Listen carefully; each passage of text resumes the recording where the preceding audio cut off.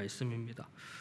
오늘도 방금 이제 뉴스를 보니까요, 30대 남성이 이제 묻지마 폭행 살인을 해서 한 명이 죽었고 또 한 명이 중태 상태에 빠져 지금 이제 의식 불명의 상태고, 두 명은 이제 그 병원에 이송된 상태라고 합니다.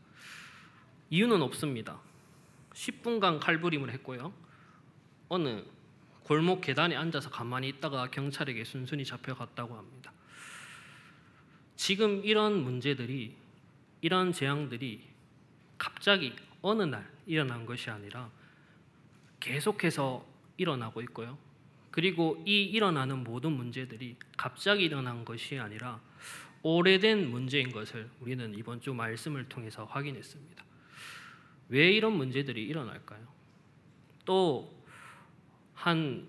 기사를 보니까 교사 한 명이 자살을 해서 죽었다고 하죠.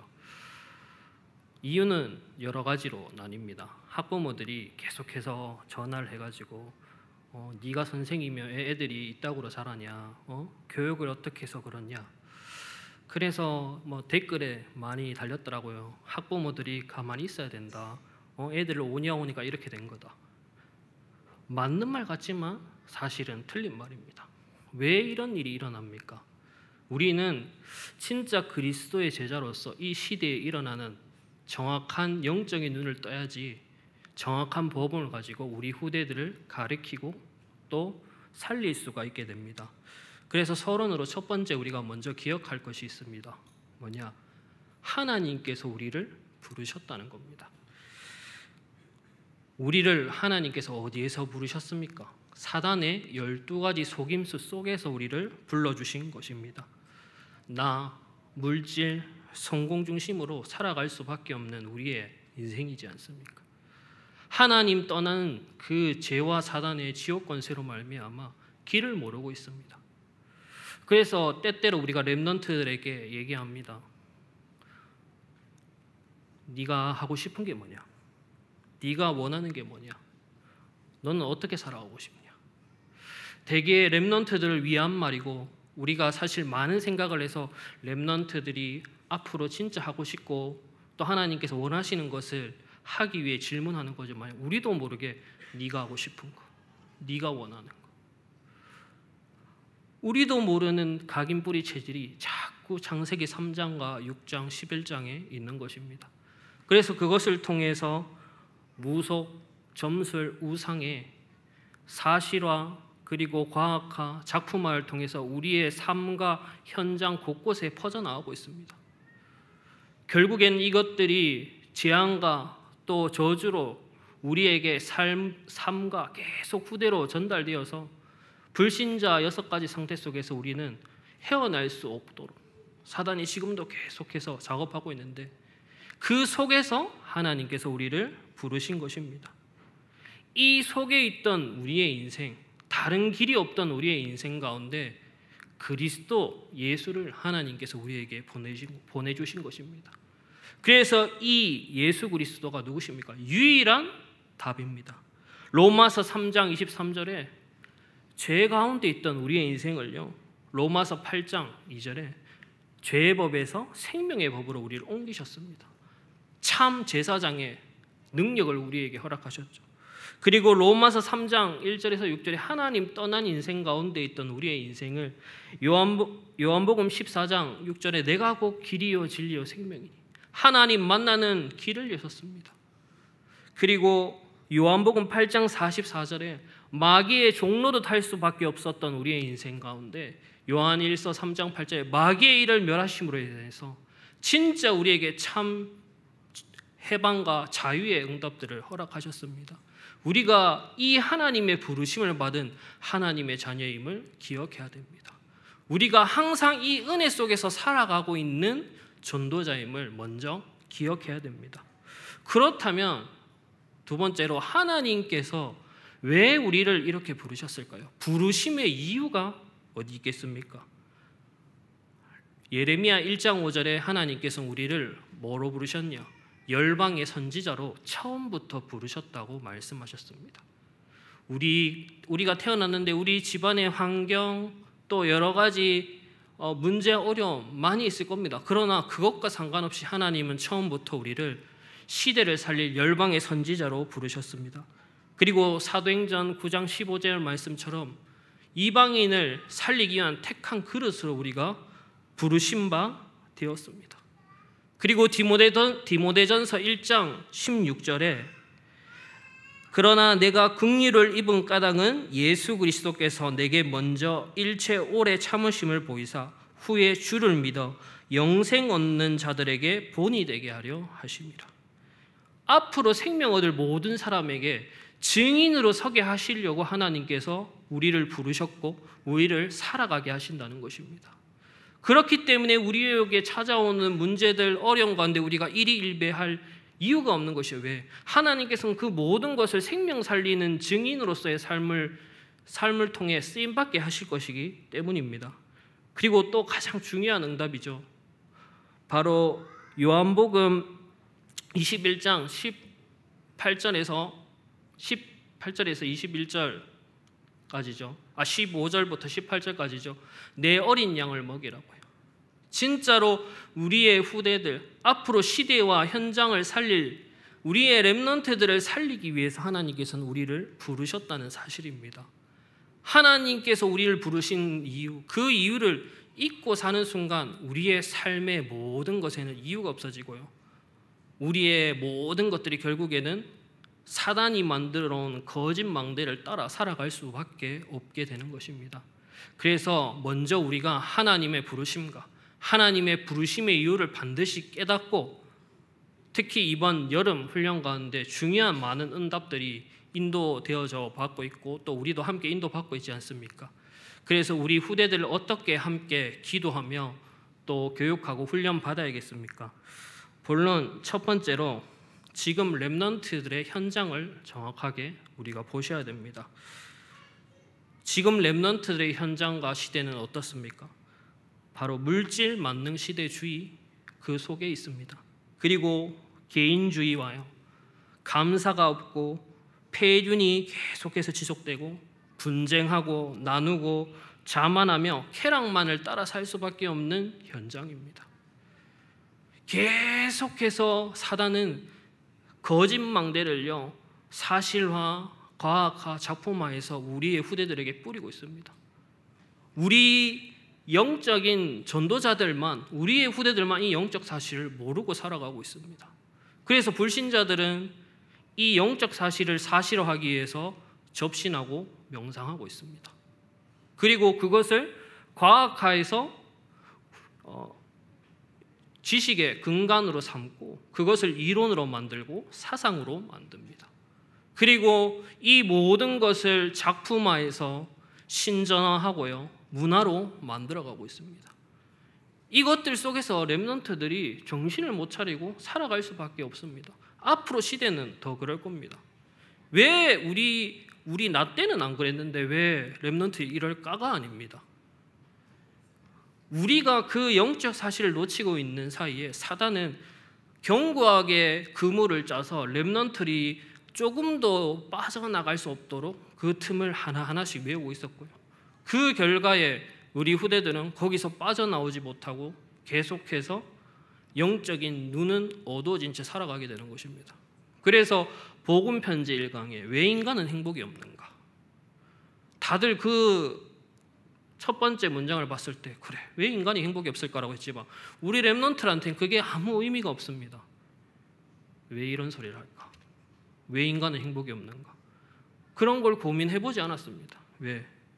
자신에게 육신적인, 세상적인 문제와 물질적인 풍요로움이 어느 정도 나에게 허락되었기 때문에 그것이 행복인 줄 알고 그것이 기준인 줄 알고 살아가고 있기 때문에 행복이라는 단어의 정의가 이들에게는 이미 다르게 와 있는 겁니다. 하나님 떠난 상태에서 영적인 불가능 속에 있다는 것을 인지조차 못하고 살아가고 있는 것이죠. 그래서 우리의 렘넌트들이 결국에는 이것을 통해서 사단이 노리는 것이 뭐냐? 하나님 모르도록 하고 있다는 겁니다. 렘넌트들이 교회를 어릴 때부터 잘해왔고 렘넌트로 살아왔지만 하나님을 모릅니다. 하나님이 누구신지, 하나님은 나와 함께 하시다고 하시는데, 하나님은 전지전능하시고 날마다 말씀을 성취시고 있다고 하시는데, 그 하나님이 누구신지 모르도록 사단은 계속해서 역사하고 있습니다. 그리고 예배는 드리나 예배의 능력을 모르도록 우리의 렘넌트들을 계속해서 속이고 있죠. 그래서 우리 렘넌트들이 얼마나 많은 예배를 드리지만 그 예배의 가치가 잠시 핸드폰 하는 시간보다도 가치가 없습니다. 그래서 예배 한 번 드려줬으니 엄마 나는 핸드폰 이만큼 할 거야. 그 정도의 가치입니다. 예배는. 그것이 렘넌트들의 잘못이 아니라 사단이요, 진짜로 이 시대와 모든 현장들을 거짓망대로 창세기 3장부터 지금까지 작업해온 결과라니까요. 우리가 그 사실을 이제는 정확하게 볼 수 있어야 됩니다. 그래서 결국에는 나름대로 노력합니다. 우리 렘넌트들이 훈련도 받고 예배도 드리고요. 그러나 복음을 깨닫지 못하도록 하는 겁니다. 진짜 어떤 렘넌트가요, 하나님이 안 믿어져요, 이런 얘기를 할 때 그냥 안 믿어질 수 있구나, 그렇게도 느껴지지만요, 그 렘넌트의 말 속에는 많은 게 담겨 있거든요. 나름대로 예배도 드리고요, 훈련도 받고 했는데 하나님이 안 믿어져요. 왜 예수님을 믿어야 되는지, 왜 예수님께서 그리스도 되셔야 되는지 모르겠어요. 우리는 많은 질문과 기도와 또 하나님께서 주신 응답들을 가지고 이것들을 어떻게 회복시키고 바꿀지 질문하고 도전해야 됩니다. 하나님께서 이 응답들을 이미 우리 안에 허락하셨습니다. 그 응답이 무엇입니까? 바로 두 번째로 그리스도의 제자 렘넌트입니다. 오늘 이 본문에 배우고 확실한 일에 거하라 라고 하고 있습니다. 이 배우고 확실한 일이 뭐일까요? 디모데후서 1장 5절에 이는 내 속에 거짓이 없는 믿음이 있음을 생각함이라. 이 믿음은 먼저 내 외조부 로이스와 내 어머니 유니게 속에 있더니 내 속에도 있는 줄 확신하노라. 사실은요, 우리 렘넌트들이 이 하나님이 살아계신가, 하나님이 나와 함께 하심을 못 본 게 아닙니다. 바로 여기 계시는 전도자들을 통해서 사실은 하나님이 살아계심을 매일 보고 있습니다. 그러나 그 하나님이 살아계심을 느끼지 못할 만큼 눈이 어두워져 있다니까요. 그래서 우리는 그 하나님의 말씀에 확신 속에 거할 수 있도록 우리는 날마다 기도하고 우리 렘넌트들이 설 수 있도록 마음과 생각과 뜻을 다해야 됩니다. 이 하나님의 말씀, 우리가 항상 배우고 확실한 일에 거할 이 하나님의 말씀은 무엇입니까? 바로 구원에 이르게 하는 지혜가 있는 하나님의 말씀입니다. 그리고 이 하나님의 말씀은 어떤 말씀입니까? 히브리서 4장 12절에 우리의 생각과 마음, 영혼을 바꿀 수 있는 유일한 방법이자 능력입니다. 이 하나님의 말씀만이 우리 렘넌트들에게 생각과 마음과 영혼의 눈을 닫고 있는 그 모든 것을 부서뜨리고요, 하나님의 것을 볼 수 있고 하나님 것에 가슴이 뛸 수 있도록 만들 수 있는 능력이 됩니다. 우리가 그 사실을 절대 놓치면 안 되는 것입니다. 그리고 고린도 후서 10장 4절에서 5절에도 말씀하고 있죠. 하나님의 말씀이 뭡니까? 하나님의 능력이다라고 분명히 말씀하고 있습니다. 이 하나님의 말씀 앞에는 사단의 어떠한 견고한 신도 반드시 부서지게 되어 있습니다. 하나님의 말씀 붙잡고 나아가는 그 모든 것에 모든 세상의 지식과 높아진 것들이 무릎 꿇게 된다고 하나님께서는 약속하셨습니다. 오늘도 우리가 무엇을 잡고 무엇을 위해 살아갑니까? 하나님 주신 말씀과 그 언약의 성취를 바라보며 살아가고 있지 않습니까? 우리가 그 속에 거하지 않으면 다른 것에 속게 됩니다. 그리고 우리 그리스도의 제자의 렘넌트들이 오직 이 하나님의 말씀에 배우고 확실한 그 은혜 속에 반드시 있어야 되는 것입니다. 그리고 이것을 가지고 우리가 이제는 뭘 해야 됩니까? 교육해야 됩니다. 이것은 우리가 계속해서 연구하고 하나님 앞에서 질문하고 기도해야 되는 것입니다. 이 하나님의 말씀을 가지고 어떻게 교육합니까? 이 하나님의 말씀은 하나님의 감동으로 쓰여졌다고 말씀하고 있습니다. 그렇기 때문에 우리의 열심, 노력 전에 하나님께서 역사하시겠다고 하시는 것입니다. 그렇기 때문에 우리가 이 말씀에 대해서 조금만 고민하고요, 이 말씀을 조금만 묵상해도 그 능력이 나와 가정과 현장과 미래에 반드시 나타나게 됩니다. 그래서 하나님의 자녀들이 있는 모든 현장과 사건과 일들 속에서 모든 것이 회복되고 살아나지 않았습니까? 그래서 교훈과 책망과 바르게 할 능력, 이 성경 속에 있는 렘넌트들이 하나님의 언약 붙잡았는데 모든 문제와 어려움들이 어떻게 됐습니까? 다 회복되었지 않습니까?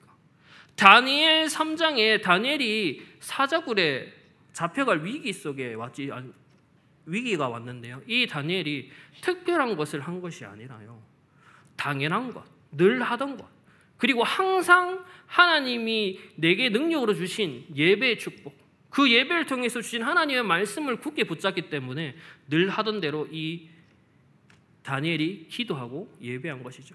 근데 그때 모든 바벨론의 왕과 모든 사람들이 무릎 꿇게 되었습니다. 다니엘 1장에 다니엘이 뜻을 정하고요, 하나님께서 어마어마한 지혜를 주십니다. 모든 술사들이 더한 것보다도 갑절의 지혜를 주시죠. 근데 그 지혜 앞에 왕들이, 많은 술사들이, 바벨론의 사람들이 무릎 꿇지 않았습니다. 근데 하나님의 언약 붙잡고 기도하며 말씀의 능력이 나타나는 그 순간에 모든 사람들이 하나님의 말씀 앞에 무릎 꿇는 능력이 임하게 됩니다. 우리가 현장 속에서 이 말씀의 능력을 가지고 나아가야 되는 것이고, 이 말씀을 가지고 우리 렘넌트들을 날마다 교육해야 되는 겁니다. 그리고 결국에는 우리 렘넌트들이 살아가는 사명, 전도자의 사명, 바로 하나님께서 이 모든 것을 주셔서 능력을 주시는 이유, 생명 살리는 일, 그 일을 우리가 렘넌트에게 반드시 전달해야 됩니다. 목사님께서도 말씀하셨죠. 진짜 이 현장에 점점 진짜 전도 사라지고 있다고. 이번 우리 신방, 교구 신방 하는데 목사님께서 10만 명의 이 시민들이 있는데 경북의 10%만이 예수 믿고 있다고 합니다, 통계적으로. 그럼 90%가 남은 거죠. 90%가 아직도 단 한 번도 예수가 그리스도인 사실을 들어본 적이 없는 현장, 그게 우리가 있는 현장입니다. 우리가 앞으로 남은 인생 가운데 무엇을 해야 될까요? 어떻게 렘넌트들에게, 렘넌트 선교사로 니들이 앞으로 걸어갈 길이 이거라고 보여줄 수 있을까요? 날마다 하나님의 주신 말씀 붙잡고 이 말씀 속에서 하나님이 나를 부르신 이유인 전도자의 사명을 날마다 우리 삶 속에서 누리면 되는 것입니다. 그렇게 되면 우리 렘넌트들이 진짜 현장과 시대 살릴 전도 제자로 결단하게 되고 살아가게 되는 것입니다. 그래서 디모데후서 2장 15절에도 너는 진리의 말씀을 옳게 분별하며 부끄러울 것이 없는 일꾼으로 인정된 자로 자신을 하나님 앞에 드리기를 힘쓰라라고 말씀하고 있습니다. 저는 다른 것은 다 놔둬도 된다고 생각합니다. 그러나 우리가 절대 놓치지 말아야 할 선이 있습니다. 그게 뭐냐? 예배입니다. 하나님의 말씀 듣는 그곳에 우리는 반드시 힘써야 합니다. 렘넌트들이 예배 드리는 자리에 있을 수 있도록 힘써야 됩니다. 저는 렘넌트들이 핸드폰을 하고 놀러가고 PC방하고 그 어떤 것을 해도 뭐라 하지 않습니다. 그러나 반드시 예배 드리라고 합니다. 왜? 예배 속에 모든 하나님의 능력인 복음의 말씀이 선포되기 때문입니다. 이것을 우리가 힘써야 됩니다. 그리고 그 힘쓰는 가운데 많은 지혜가 필요하겠죠. 우리 렘넌트들이 진짜 이 하나님이 함께 하시는 예배의 축복이 재미있고 즐거울 수 있도록 연구도 하고 진짜 하나님 앞에 기도도 하고요. 이전 시대에는 문제라는 것, 사건이라는 것을 통해서 하나님께서는 우리에게 많은 은혜를 허락하셨습니다. 그러나 이 시대는 앞으로 그렇지 않을 겁니다. 더 이상 문제와 어려움이 온다고 렘넌트들이 하나님 앞에 무릎 꿇지 않습니다. 그렇다면 하나님께서 역사하지 않으시는 걸까요? 그렇지 않습니다. 하나님께서 이 시대에 맞게 우리 렘넌트를 하나님의 은혜 속에 있게 하시는 분명한 축복들이 우리의 삶과 현장 속에 숨겨져 있습니다. 우리는 이것을 두고 기도해야 되고요. 그것들 중에 하나가 사실은 우리 교회의 중요한 영적 시스템들입니다. 마가 스쿨도 그렇고요. 또 방과후 학교도 그렇고 또 성교원도 그렇고요. 또 우리 지금 하고 있는 여름 성경학교도 그렇고 이런 모든 것들이 우리 후대들을 살리는 하나님께서 주신 능력임을 기억하시고 모든 성도들이 그것을 위해서 기도도 하시고 관심도 가지시고 진짜 우리 후대들이 어떻게 이 하나님의 말씀 속에 거하고 있는지 같이 지켜도 보시고 진짜 모든 성도들이 하나 되어서 함께 만들어가야 될 중요한 응답을 우리는 반드시 기억해야 됩니다. 그래서 결론적으로 우리는 오직 하나님의 말씀 속에 거하는 그 응답 속에 반드시 있어야 되는데요. 우리가 오직 하나님의 말씀 앞에 서는 제자로 반드시 쓰임 받아야겠죠. 그런데 많은 사람들이 이 하나님의 말씀, 복음 따라가다가 결국엔 뭘 따라가냐? 사람 따라갑니다. 우리는 너무나도 연약하기 때문에 많은 정가 또 여러 가지 잘해줌 이런 것을 따라서 때로는 하나님의 말씀보다도 다른 것이 앞서기도 합니다. 그러나 기억해야 될 것은 하나님께서 우리에게 주신 중요한 만남의 축복을 누려야 되지만 그 만남보다도 하나님의 말씀과 복음이 뒤처지면 절대로 안 됩니다. 항상 우리의 기준과 수준과 표준이 되는 것은 반드시 하나님의 말씀이어야만 합니다. 그리고 우리는 사람의 제자가 되지 말아야 되고요. 첫 번째로. 두 번째로 응답의 제자가 되면 안 됩니다. 많은 사람들이 응답을 따라갑니다. 이거 하면 되더라. 저거 하면 되더라. 이거 하면 됩니까? 저거 하면 됩니까? 지금까지 우리 많은 것 해왔지 않습니까? 하나님의 말씀, 오직 복음, 이것을 우리가 충분하고 완전하고 모든 것 돼야지 어느 순간부터 이거 되면 절로 가고요. 저거 되면 절로 갑니다. 그래서 이것 저것 결국에는 내 마음대로 안 되면 떠나갑니다. 우리는 그런 응답의 제자가 되어서는 안 되겠습니다. 결국에는 우리가 뭐 해야 됩니까? 그리스도의 제자가 되어야 됩니다. 그리스도의 제자는 어떤 제자입니까? 오직 하나님의 말씀만 따라가는 제자입니다. 우리 렘넌트들이 내 말 따르면 얼마나 좋겠습니까? 저도 렘넌트들 중등부 벌써 6년이죠. 6년이 했는데 제 말 잘 들으면 너무 좋습니다. 그리고 제 말 잘 듣는 애들 누군지도 잘 압니다. 그러나 그 내 말 잘 듣는 것이 그 렘넌트를 살릴 수 없고 나를 살릴 수 없고 현장을 살릴 수 없다니까요. 하나님의 말씀에 반응하고 이 하나님의 말씀에 뜨겁고 이 하나님의 말씀에 생명 거는 제자들이 반드시 나와줘야 됩니다. 우리가 먼저 그 하나님의 말씀에 순종하는 전도 제자로 서는 은혜가 있기를 바랍니다. 그리고 항상 모든 것이 하나님의 은혜임을 기억하는 제자가 되어야 됩니다. 우리의 노력, 우리의 열심이 아니지 않습니까? 단 하나도 하나님의 은혜 없이는 된 거 없지 않습니까? 우리가 지금 문제 속에 어려움 속에 있을지라도 그것 또한 하나님의 은혜지 않습니까? 결국에 우리의 인생 가운데 그 문제가 없었다면, 그 어려움이 없었다면 지금 이 자리에 우리가 있을 수가 없거든요. 모든 것이 하나님의 절대 주권 속에서 하나님이 주신 은혜임을 기억해야 됩니다. 그리고 우리의 렘넌트들도 그렇구나, 우리 교회가, 우리 장로님이, 우리 집사님이, 우리 엄마 아빠가 이렇게 해서 이렇게 하니까가 아니라 하나님의 은혜구나. 그것들이 고백되어질 수밖에 없을 만큼 우리가 먼저 그 하나님의 은혜 속에 거해야 되는 것입니다. 그리고 마지막으로 모든 것을 하나님께 영광 돌리는 제자로 서야 됩니다. 우리도 모르게 우리의 영광을 나타냅니다. 그리고 육신적인 영광을 쫓아 삽니다. 그러나 그것이 아닌 하나님께 영광 돌리는 삶. 진짜 하나님께서 우리를 부르시고 우리와 함께 하시면 우리에게 모든 능력 주시는 자임을 기억하고요. 하나님께서 살아계시고 하나님께서 영광 받으실 분을 날마다 증거하고 그것의 증인되는 삶을 살아야 됩니다. 그래서 성경 속의 모든 렘넌트들이 나의 나 된 것은 하나님의 은혜임을 고백하지 않습니까?